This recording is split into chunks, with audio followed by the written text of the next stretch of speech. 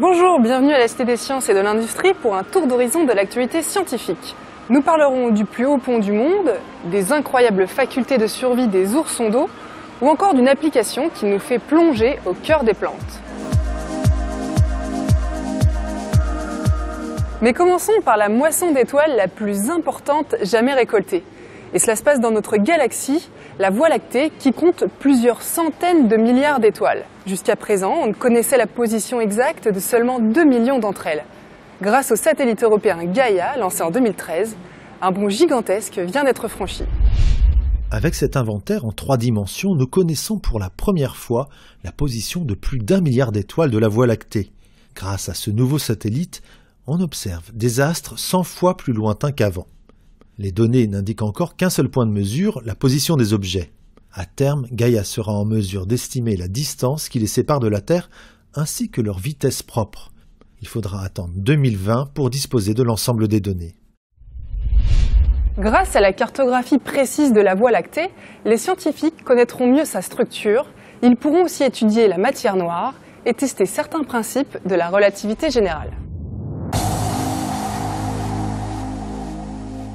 Après le pont de verre le plus long du monde qui donne le vertige, la Chine continue les exploits avec cette fois le pont suspendu le plus élevé. Amateurs de grands espaces, traverser le Benpanyang Bridge Dutch devrait vous plaire. Ce pont long de plus de 1300 mètres permettra de relier par la route le Guizhou à la province voisine du Yunnan dans le sud-ouest de la Chine. Les deux côtés de la construction viennent d'être liés par une pièce centrale, signant quasiment la fin des travaux.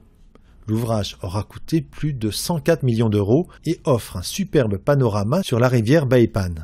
La Chine compte plusieurs des ponts les plus hauts, mais le viaduc de Millau reste à ce jour celui dont les piliers sont les plus hauts du monde, 343 mètres. Le tardigrade, surnommé ourson d'eau, ne mesure guère plus d'1 millimètre et vit sur des mousses ou des lichens.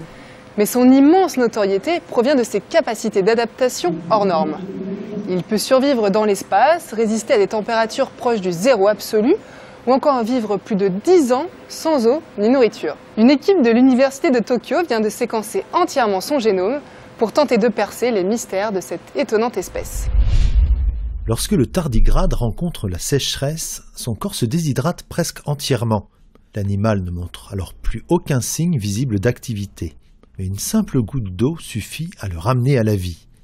L'origine de cette tolérance aux environnements extrêmes est encore très mal connue. Pour leur part, le professeur Kunedia et son équipe ont cherché à savoir si le génome des tardigrades présente des caractéristiques de résistance au stress.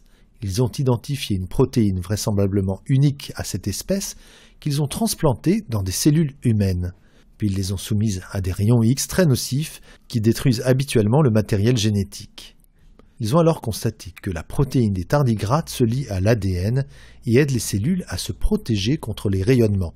Bien qu'il soit encore difficile de savoir comment l'adaptation des tardigrades fonctionne au niveau moléculaire ou physiologique, ces résultats suggèrent que les oursons d'eau ont développé des stratégies tout à fait uniques.